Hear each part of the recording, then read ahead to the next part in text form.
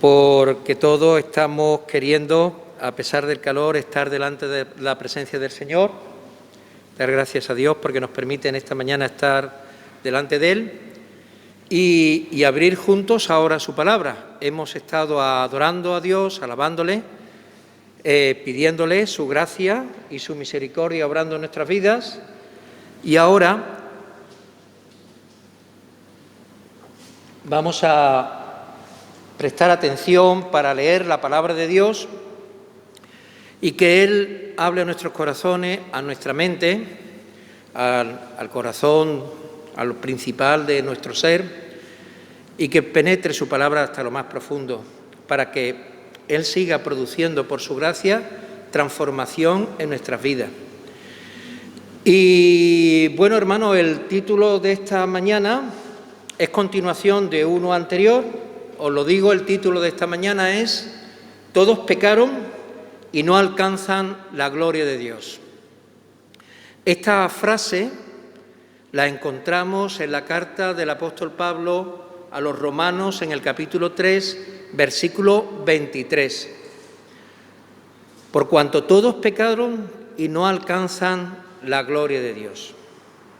Este tema estamos hablando con este pasaje, estamos haciendo la continuación de pasajes anteriores donde estamos hablando de que el hombre, todos los seres humanos, hombres y mujeres, estamos en una situación de esclavitud del pecado. Todos nos hemos rebelado contra Dios y esto no es grato empezar a hablar de esto. O sea, lo primero que te estoy diciendo nada más que empezar a hablar es que eres un pecador. Un pecador miserable y rebelde. No solamente tú, yo también. Todos los que estamos aquí hemos rechazado a Dios, hemos desobedecido sus mandatos. Es más, aunque quisiéramos cumplir los mandamientos de Dios, no podemos porque estamos esclavos de nuestro pecado. Y ese es el tema que vamos a tratar esta mañana. Entender la naturaleza y la dimensión del pecado. ¿Por qué? Para que así podamos comprender con mayor gloria y con mayor agradecimiento en nuestros corazones la obra de salvación de Jesucristo. Si no entendemos la profundidad de nuestra corrupción moral, si no entendemos de dónde Dios nos ha librado, de la condenación de la condenación que estaba pendiente sobre nuestras cabezas, no entenderemos la obra de la cruz, no la entenderemos. No entenderemos por qué en la cruz se aúna la justicia y la misericordia de Dios. Y cuando Dios habla de esta forma tan dura a nuestras vidas, en su palabra, no lo hace porque quiera humillarnos. He dicho esto, sí quiere humillarnos. Sí quiere humillar tu soberbia. Quiere humillar tu jactancia. Quiere humillar tu altanería. Claro que sí, Dios quiere hacer esto, la tuya y la mía.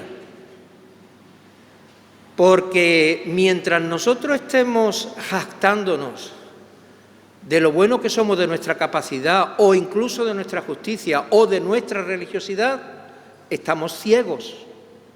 No entendemos que en lo más profundo de nuestro ser, en el centro de nuestro ser, que es lo que la Biblia llama el corazón, la Biblia, cuando utiliza la palabra corazón, y os ruego que no os olvidéis en todo el desarrollo de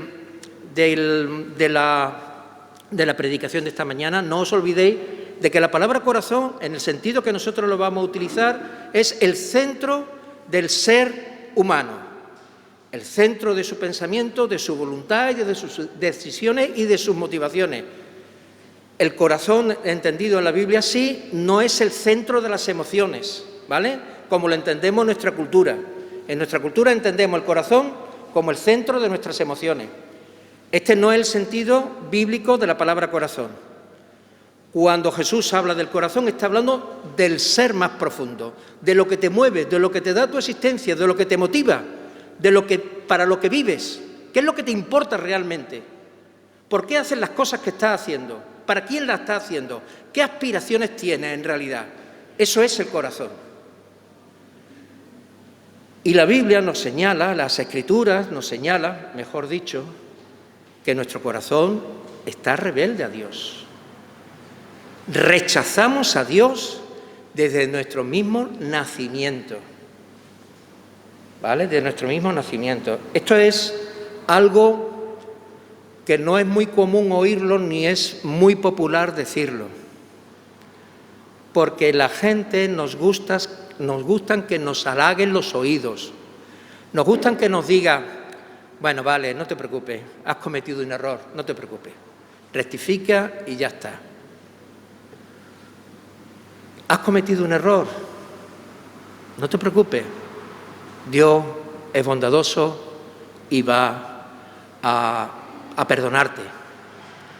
¿Por qué Dios te va a perdonar? ¿Por qué? ¿Porque es bueno? ¿En base a qué Dios nos perdona?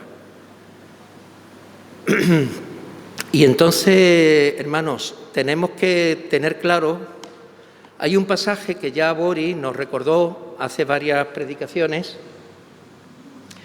que se encuentra, necesito beber agua otra vez, en Éxodo 34, os lo voy a recordar, en Éxodo 34, un pasaje muy conocido, ¿vale? Y en este pasaje, pues,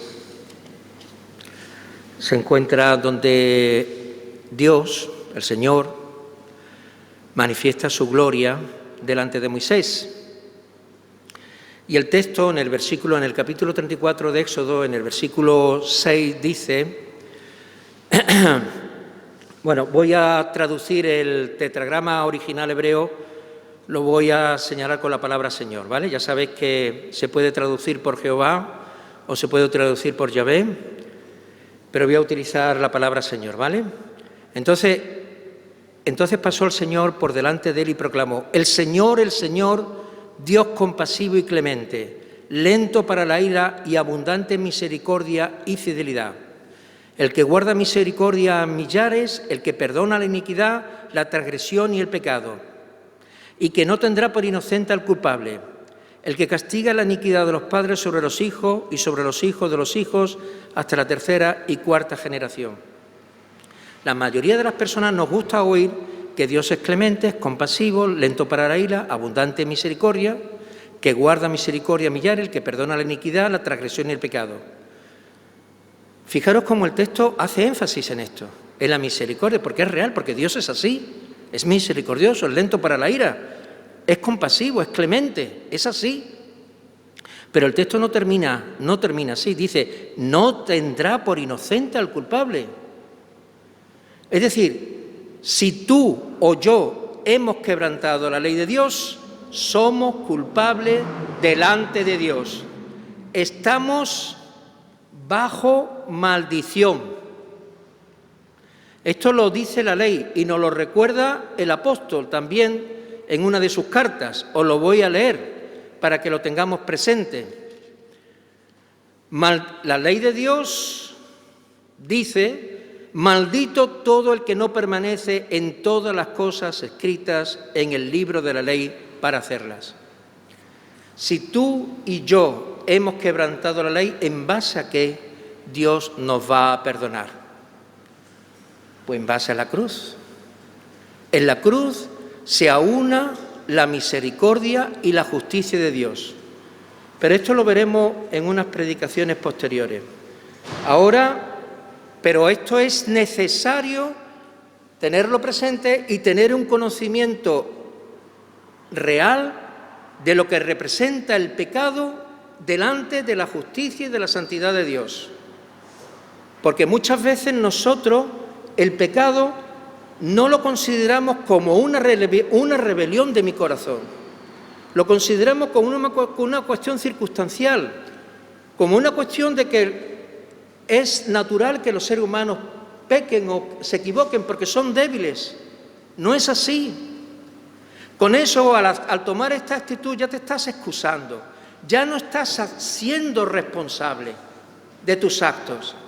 Estás echando tu responsabilidad y, por lo tanto, tu dar cuentas delante de Dios a las circunstancias, a la familia, a tu debilidad, a tus limitaciones, pero tú no te haces responsable.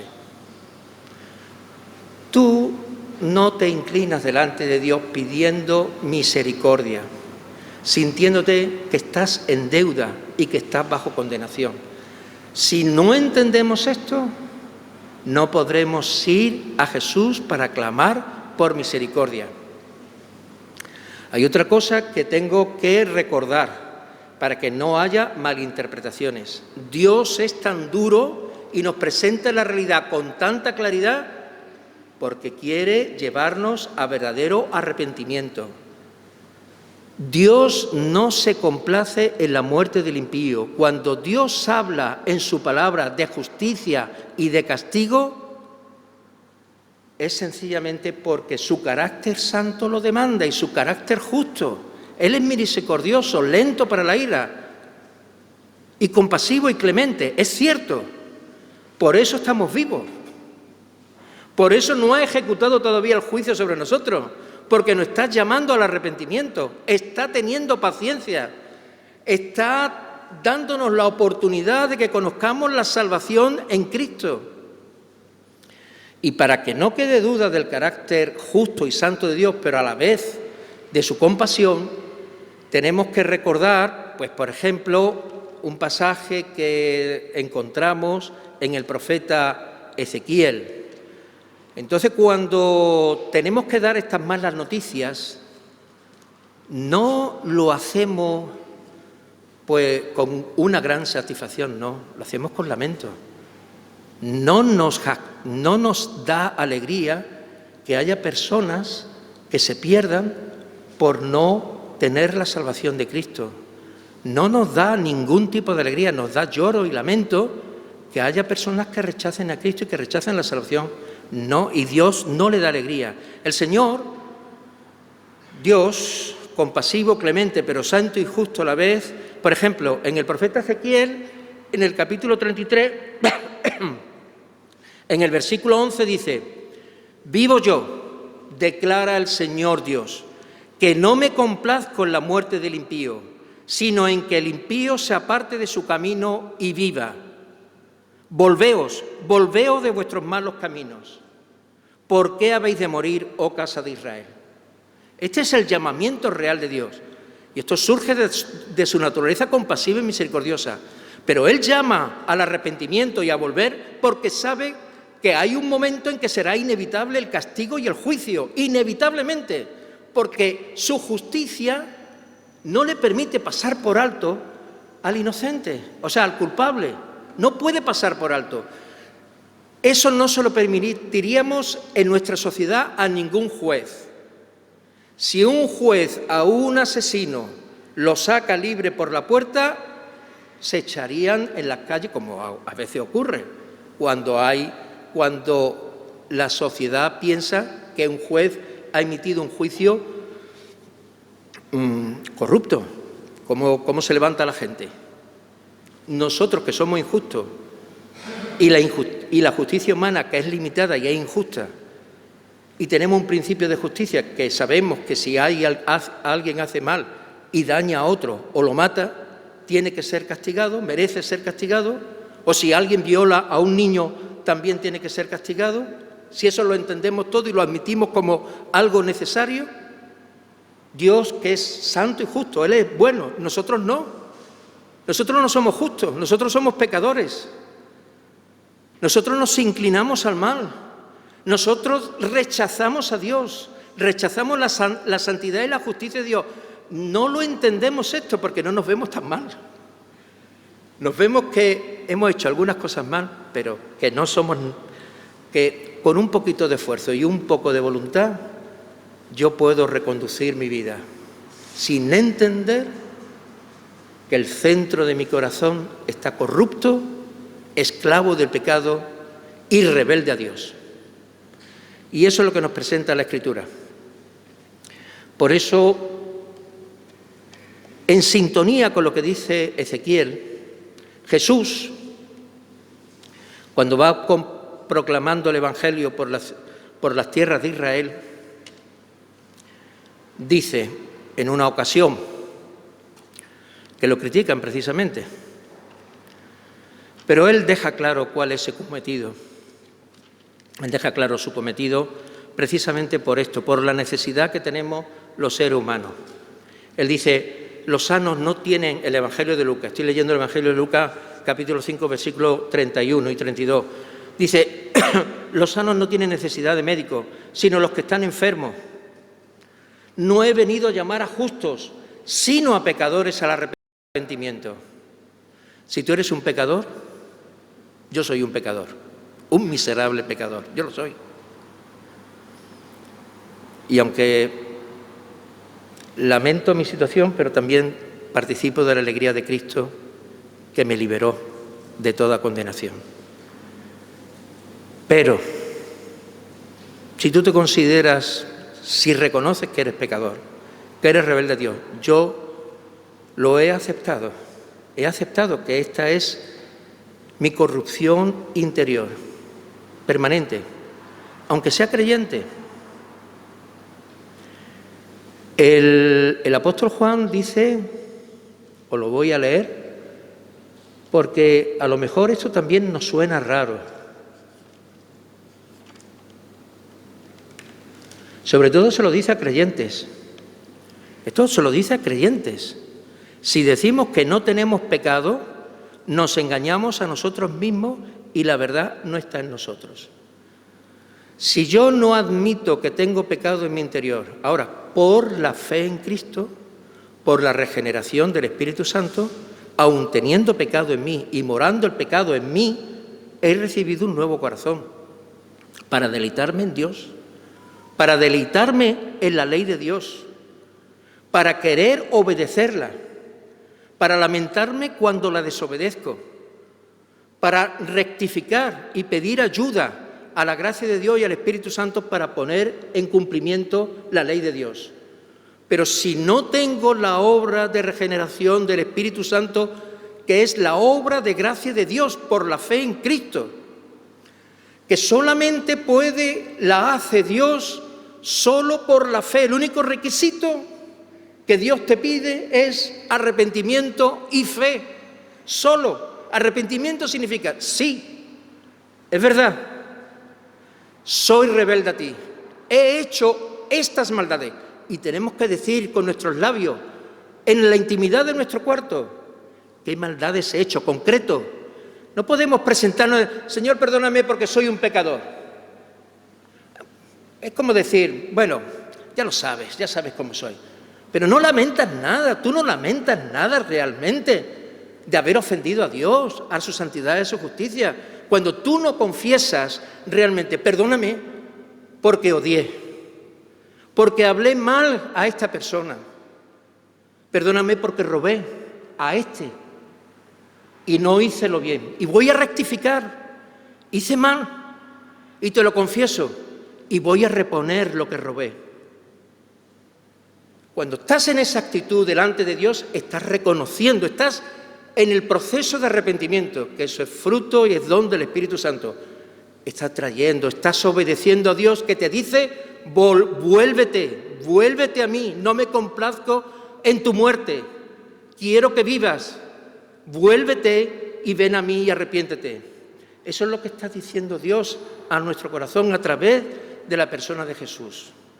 Por lo tanto, reconocer nuestro pecado, la profundidad de nuestro pecado, la corrupción moral de nuestro corazón es imprescindible para poder descansar solo y exclusivamente en la cruz de Cristo.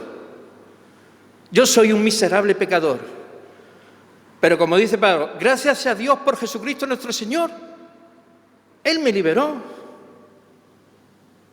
No tengo vergüenza de confesar mis pecados, no me jacto en ellos, pero no porque sé que que la sangre, que es el símbolo de la vida de Cristo, que fue derramada en la cruz, pagó todas mis culpas, me liberó de toda condenación. Por su resurrección me revistió de su justicia y fue quitado mi pecado. Yo que no lo merezco, que no lo soy, yo no soy justo, pero he sido revestido de la justicia de Cristo. Eso es lo que significa la cruz, y por eso lo del pecado es imprescindible. Todos pecaron y no alcanzan la gloria de Dios. Entonces, vamos a ver 3 puntos.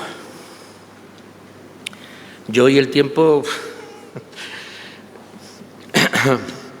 Bueno, vamos a ver 3 puntos, si es posible. Entonces, el primer punto es el origen del pecado. El segundo punto es la naturaleza del pecado. Y el tercer punto es el juicio de Dios sobre el pecado. Y ya estoy viendo que a lo mejor el tercero no me da tiempo. Entonces, el primer punto, el origen del pecado. El pecado entró en el mundo por un hombre. Vamos a leerlo. En Romanos capítulo 5, versículo 12.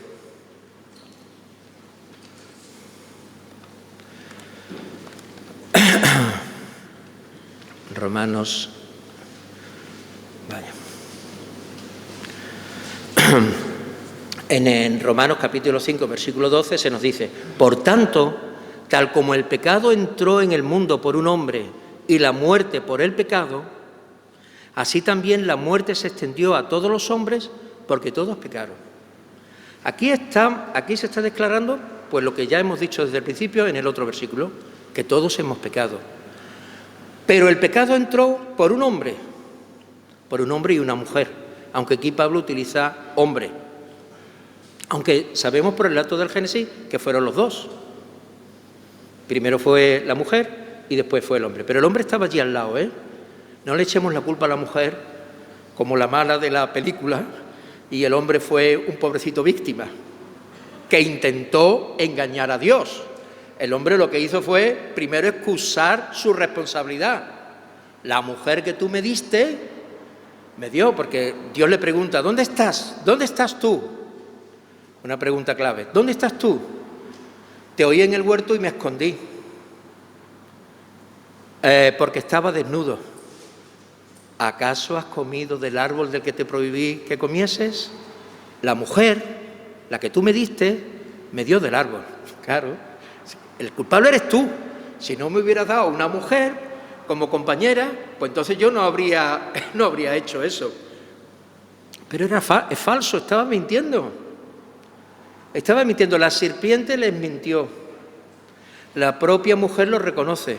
La serpiente me engañó. Este texto ya lo estuvimos viendo en una predicación anterior. El relato del Génesis, cómo entró, qué sucedió, etcétera. Ahí el hombre estaba con un mandato. El mandato orientaba la vida del hombre. El mandato orientaba la vida del hombre para vida. Eso es lo que tenemos que tener presente. El mandato no es como la serpiente intenta hacer creer al hombre y a la mujer, como algo restrictivo, algo que surge de una naturaleza sospechosa por parte de Dios. Porque la serpiente empieza la tentación diciendo: con que Dios ha prohibido que comáis. No, Dios no había prohibido. Precisamente Dios había creado todo el huerto de Edén y con árboles preciosos y deseables para comer, todos. Y todos estupendos. Y solamente Dios dio un mandato: de todos los árboles del huerto podrás comer, más del árbol de la ciencia del bien, más el árbol del conocimiento de bien y mal no comerás, porque ciertamente morirás. A través de este mandamiento, el Señor mostraba, primero, que eras el soberano de todo cuanto existe, que aunque tenía una relación cercana con el hombre, pero no había un plano de igualdad, sino habría relación de un padre con un hijo, pero no de colegueo. O sea, era un virrey. El hombre había sido puesto como un virrey, pero dando cuenta a Dios. Cercano a Dios, porque hablaban en el huerto. Hablaban como amigos, pero no eran colegas, un tú a tú. No, es un rey y un súbdito. Un rey y un virrey. Dios había hecho al hombre y a la mujer reyes de todo lo que Él había creado debajo del cielo. Pero daban cuentas a Dios. No les faltaba de nada.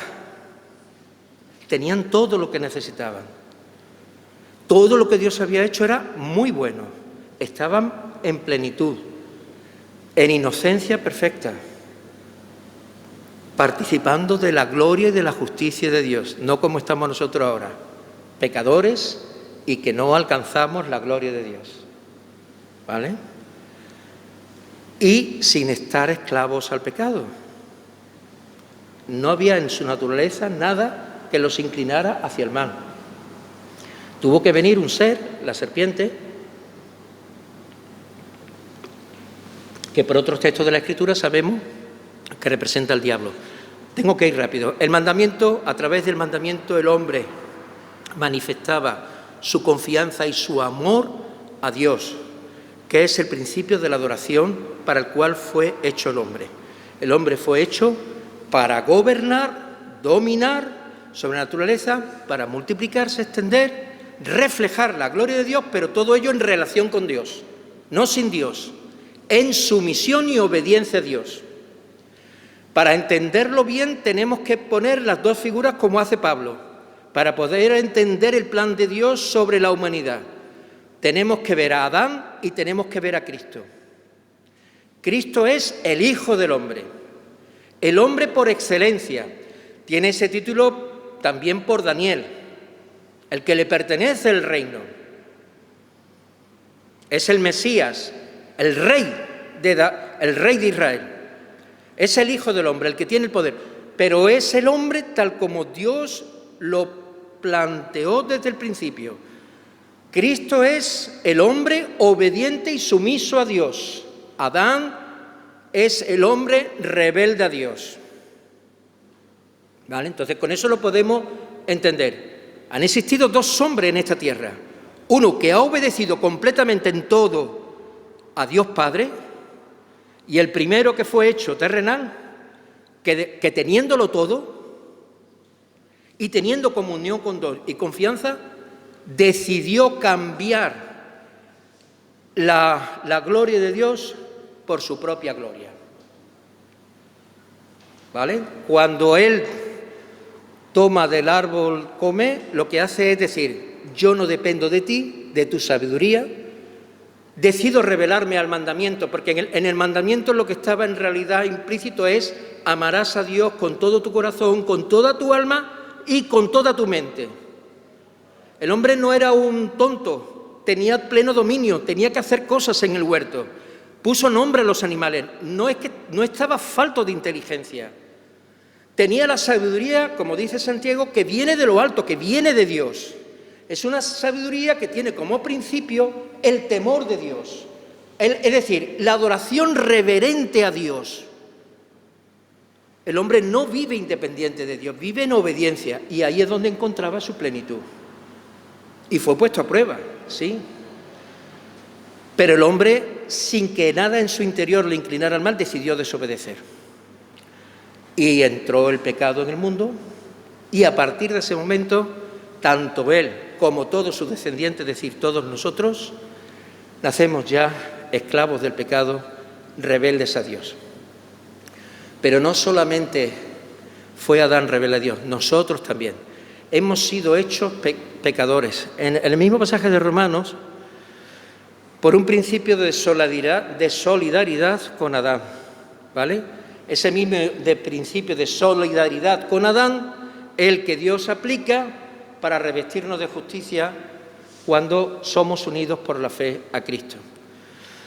Esto lo explica, por ejemplo, el apóstol Pablo en el capítulo 5, en el versículo 19, por ir rápido. Porque así como por la desobediencia de un hombre los muchos fueron constituidos pecadores, así también por la obediencia de uno, los muchos serán constituidos justos, ¿vale? Adán, Cristo, el último Adán, el segundo Adán. Esto es muy importante, porque Adán prefiguró a Cristo. Y esto es fácil, o sea, esto hay que tenerlo presente para entender cuál es el problema real que tenemos como seres humanos. Porque podemos pasar por adversidad, por enfermedad, por ruina, podemos perder muchas cosas. Esos son males, esos son aflicciones, esos son dolores y sufrimientos. Sí, cierto, que Dios no se complace en ello, Dios conoce nuestro sufrimiento. Tened en cuenta que Dios envió a su Hijo para morir en nuestro lugar. O sea, si hay alguien que ha sufrido, incluso más que cualquiera de nosotros, ha sido el propio Hijo de Cristo. O sea, que se nos olvida como que Dios no tiene presente la situación a que nuestra desobediencia nos ha llevado, a que seamos esclavos del pecado. Parece como si Dios no lo lamentara. Y Dios estableció un plan precisamente para liberarnos de esta situación, que no lo merecíamos, pero ahí actuó la misericordia de Dios. Pero tiene que actuar la misericordia y la justicia de Dios. Por eso fue necesario que Cristo muriese en la cruz. Porque si no entendemos la profundidad, no entendemos la dimensión de nuestra rebeldía, no entenderemos por qué tengo que clamar a Jesús. Antes de convertirme, a mí me hicieron la pregunta clave: ¿tú te consideras pecador? Antes de convertirme, cuando estaba acercándome a entender el Evangelio, cuando estaba buscando a Dios. Y claro, cuando me hacen esa pregunta, pues yo era una persona religiosa y sí, sabía que hacía cosas malas, pero sentirme pecador, perdido, necesitado de salvación, hasta que Dios no rindió mi corazón y mi vida a los pies de Cristo, hasta que no clamé por salvación, no tuve sanidad espiritual entendida, no participé de la salvación de Cristo. Claro, ¿cómo yo iba a clamar a Jesús por salvación si yo no me consideraba? Acordaros de lo que dice, que no he venido a llamar a justos, sino a pecadores al arrepentimiento. Entonces, si tú no te consideras pecador, entonces estás diciéndole a Dios: es mentira lo que estás diciendo de mí, no tengo que arrepentirme de nada. Y eso es falso. Bueno, el origen del pecado, y lo siento, hermanos, y me he entretenido más de la cuenta en este punto porque ya lo habíamos tratado. Tenemos que tratar ahora la naturaleza del pecado. ¿Por qué tenemos que tratar la naturaleza del pecado? Porque podemos tener confusiones precisamente con relación al pecado. Y entonces voy a deciros algunas confusiones que solemos tener con el pecado. Y por lo tanto que no nos hace comprender bien el Evangelio, ni por lo tanto poder explicarlo a alguien adecuadamente. Entonces, por ejemplo, la primera confusión que tenemos sobre el pecado es que solemos confundir el pecado con los efectos del pecado. Está de moda presentar el Evangelio diciendo que Jesús vino a salvar a la humanidad de un sentimiento innato de culpa, o que la vida no tiene propósito, o que estás vacío espiritualmente. Esas cosas son ciertas, esas son las consecuencias del pecado. Experimentas el vacío existencial. Conozco a amigos que lo experimentan de manera dramática. Cuando tu vida ha perdido todo el sentido y estás buscando qué puede llenar ese vacío existencial que tú sientes, y sobre todo si eres una persona sensible, estás viviendo en un pleno drama. No encuentras satisfacción en casi nada. Y llega un momento en que ya piensas quitar la vida. Ahora, si nosotros, a la hora de presentar el Evangelio, nosotros pensamos que Jesús vino a morir en la cruz para quitar este vacío existencial, o para que yo no me sienta culpable, o porque mi vida no tiene propósito, estoy simplificando el alcance de la salvación de Cristo. Estoy reduciendo el alcance de la profundidad de mi pecado. Es más profundo que eso. No voy a la raíz, ¿vale? Entonces, tenemos que sentirnos que la principal drama y dificultad que vivimos como seres humanos es que nosotros mismos hemos creado esta dificultad y este drama. Hemos desobedecido la palabra de Dios, hemos ignorado sus mandamientos, hemos pecado en contra de él. Hasta que tú no te declares a ti mismo culpable por rebelión, estás excusando, estás poniendo otras cosas, o sea, estás simplificando. O sea, estás reduciendo la salvación de Jesús. Jesús es mucho más, viene a solucionar el problema de fondo, no viene para solucionar el efecto. No viene, claro, lógicamente, cuando te reconcilias con Dios y quita el pecado, tu vida llega a plenitud, se te quita el vacío existencial, se te quita, tu vida tiene propósito, pero Jesús no vino para que tú tuvieras propósito en tu vida.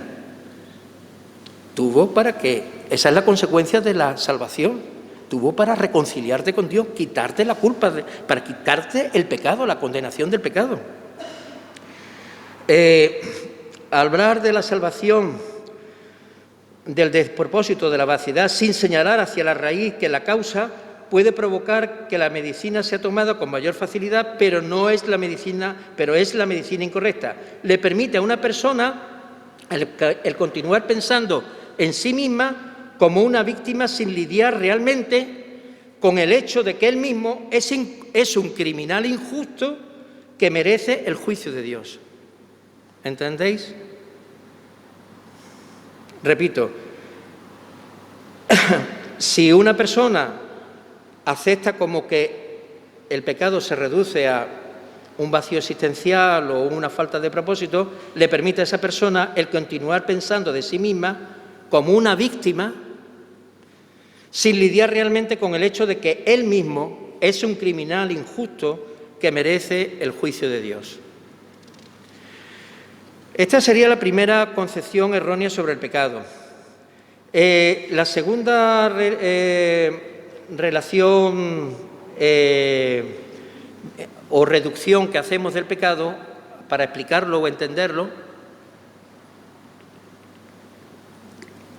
es que lo entendemos, el pecado, como una relación rota. Como si fuera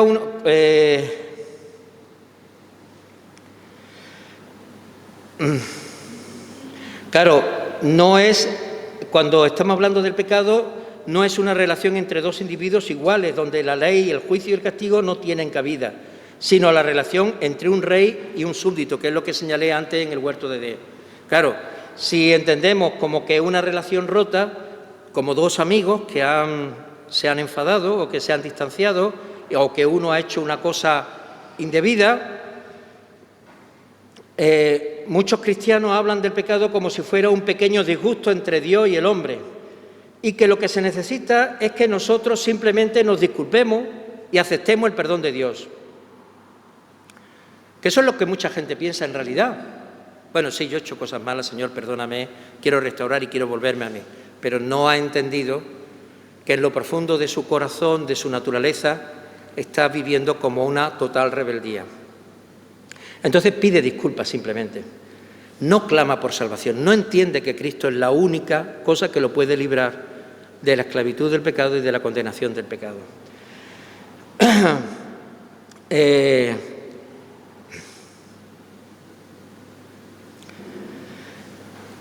Esta imagen que tenemos sobre la relación rota entre Dios y el hombre, como una relación entre amigos, comunica la idea de que no hay quebrantamiento de ley, ni violación de la justicia, ni castigo justo, ni juicio santo, y por ende tampoco hay necesidad de que un sustituto cargue con el juicio. ¿Lo había entendido, no? Vale, esto es identificando el pecado, reduciendo el pecado a una relación rota. ¿Vale? Disculpad, pero se me ha caído aquí una cosilla. Bueno, entonces, seguimos. La enseñanza de la Escritura es que el pecado sí es un rompimiento de una relación, pero esa relación rota consiste en un rechazo de su majestad real. No es solo adulterio. también es rebelión. No es solo deslealtad, también es traición. ¿Estamos entendiendo los términos? No es solamente adulterio, sino también rebelión, ¿de acuerdo? Para que entendamos. Si reducimos el pecado a un mero rompimiento de una relación, en lugar de entenderlo como una rebelión traicionera de un súbdito amado en contra de su rey justo y bueno, nunca entenderemos por qué la muerte del Hijo de Dios era requerida para enmendarlo. Otra forma de entender el pecado en el ser humano es confundiendo el pecado con pensamientos negativos. Por ejemplo, diciendo que el pecado es solamente un pensamiento negativo. Deshazte de tus odres viejos, piensa en grande. Dios quiere mostrarte su increíble favor. Si tan solo te deshaces de esos pensamientos negativos que te están deteniendo. O sea, si permites esos pensamientos negativos que tienes en tu vida, no vas a ser bendecido por el favor. Ese es el mensaje que se da en algunos sitios. Ese sí que es un mensaje convincente para personas autodependientes a quienes les gusta creer que pueden deshacerse de su pecado por sí mismos. La fórmula en realidad es muy sencilla. Solo tienes que decir a la gente que su pecado no va más allá que el tener pensamientos negativos y que eso es lo que los está separando de la salud, de la riqueza y de la felicidad. Luego tienes que decir a las personas que si tan solo pensaran más positivamente acerca de sí mismos, con la ayuda de Dios, claro, se desharían de su pecado y serían inmensamente ricos. Algunas veces la promesa es dinero, otras veces salud, otras veces es algo completamente diferente. Pero de cualquier forma en que lo vea, decir que Jesucristo murió para salvarnos de pensamientos negativos acerca de nosotros mismos es irreprensiblemente antibíblico. La Biblia, las Escrituras enseñan que una gran parte de nuestro problema es que pensamos muy alto de nosotros mismos, no muy bajo. Precisamente es lo contrario. Pensamos muy alto de nosotros mismos. Estamos muy llenos de soberbia y de autojactancia. Entonces, eso fue la tentación de la serpiente. No penséis negativamente, podéis llegar a ser Dios. Les dijo que tenían que pensar más positivamente, que necesitaban ampliar su horizonte y que requerían alcanzar su máximo potencial para ser como Dios. Tenían que pensar en grande. Bueno, pues esto es una confusión sobre el pecado. Estas cosas es lo que están sucediendo, estos pensamientos están en nuestra sociedad y algunas veces nos impregnan a nosotros. Y muchos de nuestros amigos a lo mejor piensan de los pecados, de los errores, pues de esta forma, como pensamientos negativos, que los tengo que quitar y sustituirlo por pensamientos positivos. Y ¿cómo se dice hoy? ¿Cómo se me olvida? Realizarme, ¿no? O sea, tener una alta autoestima, o sea, cuidar mi autoestima, que nadie dañe mi autoestima, ¿no? Entonces, el proceso es justamente el contrario del que señala la Escritura, que nos está hablando de que el contrito y humillado alcanza el favor de Dios y que el soberbio produce el rechazo de Dios. Y sin embargo, el mensaje de nuestra sociedad es: cuida tu autoestima, que nadie te rebaje tu autoestima, no permitas que nadie. Tú piensa en lo grande, sin pensar que el principal problema de tu corrupción, o sea, de tu vida, el principal problema es que la motivación principal de las motivaciones de tus acciones, de tus pensamientos y de las decisiones que tomas es siempre en contra de Dios. Pablo en Romanos 8 dice que la carne no se sujeta a Dios, es más, no puede sujetarse a la ley de Dios. Y la carne es la corrupción del hombre natural. Otra forma también de reducir el pecado es entender o reducir el pecado con los pecados. Es decir, lo señalé antes. O sea, si nosotros reconocemos que tenemos pecado, pues no nos atemorizan tanto. Ahora, si decimos, no, tengo pecado, Es decir, el pecado como principio que orienta mi vida y que me hace rebelde a Dios. Ya la cosa cambia, porque ya me hace a mí responsable. Ahora si yo digo, no, yo tengo pecados, Señor, te pido perdón por mis pecados, estoy diluyendo mi responsabilidad delante de Dios. No sé si me estáis captando. Soy vago, sí admito que no hago cosas buenas, pero yo mismo no me denuncio delante de Dios como el responsable de esas acciones malas. Y que en el fondo lo que estoy haciendo es rechazando a Dios. O sea, rechazando a Dios para amarlo con todo mi corazón, porque además el mandamiento principal dice, amarás a Dios con todo tu corazón, con toda tu alma y con toda tu mente. Y el corazón es el centro de la personalidad. Cualquier cosa que ya no sea Dios en esa dimensión es ya pecado. Y el responsable soy yo. No es mi debilidad, no es las circunstancias, no son mis pecados, es mi principio que opera en lo más profundo de mi ser, que trae rebelión contra Dios. Lo que nos aterroriza es que Dios nos muestre que el pecado viene del mismo núcleo de nuestros corazones, esos depósitos profundos de suciedad y corrupción que ni siquiera sabíamos que existían y que nunca jamás hubiéramos descubierto por nosotros mismos.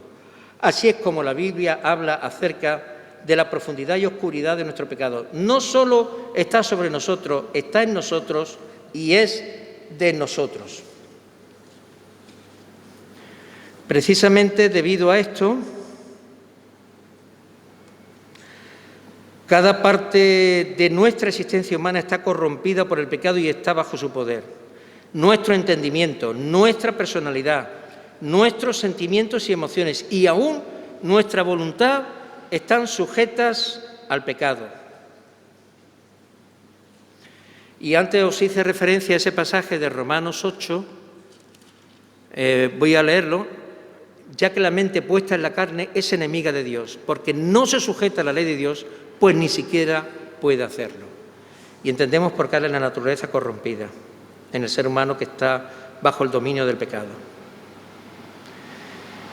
Tan devastador es el poder del pecado sobre nosotros, nuestro entendimiento, nuestra mente y nuestra voluntad, que cuando vemos la gloria de Dios, inevitablemente le damos la espalda indignados. No puedo seguir y ya quiero terminar hoy. Sobre el pecado del ser humano, Dios, aunque es compasivo y lento para ira, no es indiferente. Y no está en una actitud pasiva, está en una actitud activa. Y la actitud activa que tiene Dios sobre el pecado, sobre nuestro pecado, sobre tu pecado, sobre mi pecado, es la ira de Dios, que es el rechazo que le produce a la santidad y la justicia de Dios nuestra maldad. A Dios le sale de lo más profundo. Si Dios puede compararse, si hablamos de Dios en lenguaje humano, que algunas veces la Biblia habla así, Dios no puede evitarlo, le sale de dentro. O sea, ve nuestra maldad y la aborrece. Pero fijaros cuán grande es su misericordia, que envía a su propio Hijo. De tal manera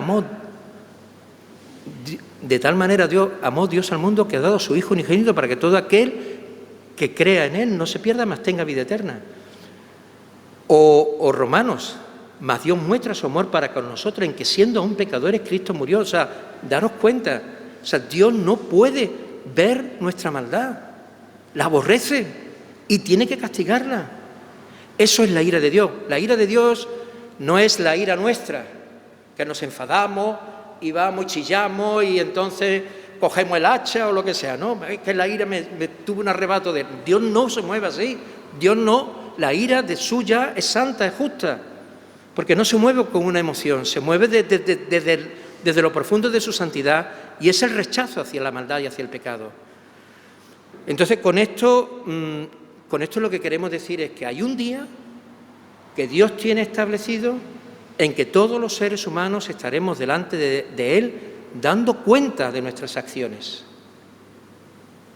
Dando cuenta de nuestras acciones. Así, el juicio de Dios se basa en obras, aunque la salvación es por fe, pero no puedo entrar. Claro, que si tú eres salvo, justificado por la fe, haces las obras de la ley, pero no te salva por el cumplimiento de las obras de la ley, te salva porque Dios ha decretado la justicia sobre ti por la muerte de Cristo. Delante del tribunal de Dios tú darás cuenta, pero cuando por la fe en Cristo se te declara, este es justo, por Cristo. La culpa que Él merecía, la pagó, ya se ha pagado. Queda libre de condenación, que es lo que demanda la ley. Pero, entonces, ya con esto termino, que es el juicio de Dios contra el pecado. Es decir, Dios tiene establecido un día en que todos daremos cuenta delante de Él. Hay un pasaje que estamos utilizando mal de Hebreos. Lo voy a decir. Ya, esto como regalo, ¿no? Como de pasadilla. Lo solemos decir y mentalmente, a ver si lo encuentro, porque se ha establecido que los hombres mueran una sola vez y después de esto el juicio. Si alguien ya está, ya lo he encontrado. Hebreos 9:27. Y así como está decretado que los hombres mueran una sola vez y después de esto el juicio, así también Cristo... Bueno, pues este juicio no se refiere al juicio que tenemos después de haber muerto, ¿eh? Este es el juicio donde apareceremos todos los hombres. O sea, está establecido que los hombres mueran una sola vez y después de esto el juicio, es decir, todos los hombres daremos cuenta delante de Dios, muertos y vivos, daremos cuenta delante en el día que Dios tiene establecido, no inmediatamente cuando muero, porque inmediatamente cuando muero o voy con Cristo o voy al infierno. Y después resucitaremos para estar delante del juicio de Dios, donde seremos, algunos pues irán al lago de fuego y otros irán al cielo, ¿de acuerdo? Pero ya con cuerpos resucitados, que allí será el lloro y el crujir de dientes. Entonces ya termino con este pasaje de Romanos 1:18 al 23, porque la ira de Dios se revela desde el cielo contra toda impiedad e injusticia de los hombres que con injusticia restringen la verdad. Porque lo que se conoce acerca de Dios es evidente dentro de ellos, pues Dios se lo hizo evidente. Porque desde la creación del mundo, sus atributos invisibles, su eterno poder y divinidad, se han visto con toda claridad, siendo entendidos por medio de lo creado, de manera que no tienen excusa. Pues aunque conocían a Dios, no le honraron como a Dios ni le dieron gracias, sino que se hicieron vanos en sus razonamientos y su necio corazón fue entenebrecido. Profesando ser sabios, se volvieron necios y cambiaron la gloria del Dios incorruptible por una imagen en forma de hombre corruptible, de ave, de cuadrúpedos y de reptiles. Bueno, pues vamos a orar. Ayúdanos, Señor, a entender la profundidad de la corrupción de nuestro corazón sin Cristo, cuando aún no te conocíamos, cuando aún no éramos rebeldes a ti. Ayúdanos a entenderlo, Señor, en toda su profundidad, para que podamos entender la dimensión de nuestras ofensas a tu santidad y tu justicia, a tu bondad. Perdónanos, Señor, reconocemos nuestra maldad delante de ti y reconocemos que solo por Cristo hemos sido limpiados, hemos sido librados de toda condenación, solo por Él. Reconocemos, Señor, que hemos cumplido tus mandamientos, que no hemos cumplido tu ley, que hemos sido rebeldes a ti, que te hemos rechazado a ti, sobre todo, Señor. Pero por eso venimos a ti y nos rendimos a los pies de Cristo, para clamar por benevolencia, para clamar por salvación, para ser restaurados, reconciliados contigo, solo por la sangre de Cristo, por su vida derramada en la cruz, por su vida entregada voluntariamente, por su muerte y su resurrección. y bendecimos tu nombre. Padre, Padre nuestro, te damos gracias por esta misericordia que has tenido sobre nosotros sin nosotros merecerlo. Y te rogamos, Padre, que ayude a personas, amigos que están con nosotros en esta mañana y que quizá ahora tú, Señor, le haya abierto los ojos y hayan podido entender su necesidad de reconciliarse contigo, la maldad que habita en el corazón, en nuestro corazón, Señor, y ahora esté probablemente clamando reconciliación por ti, confiando plenamente en la sangre de Cristo, en la obra de Cristo en la cruz, en su muerte y su resurrección. Te rogamos, Señor, que le ayudes a este amigo o a esta amiga, que le ayudes, Señor, y que lleve su corazón a arrepentimiento y fe. Te lo rogamos en el nombre de nuestro Señor Jesús. Amén.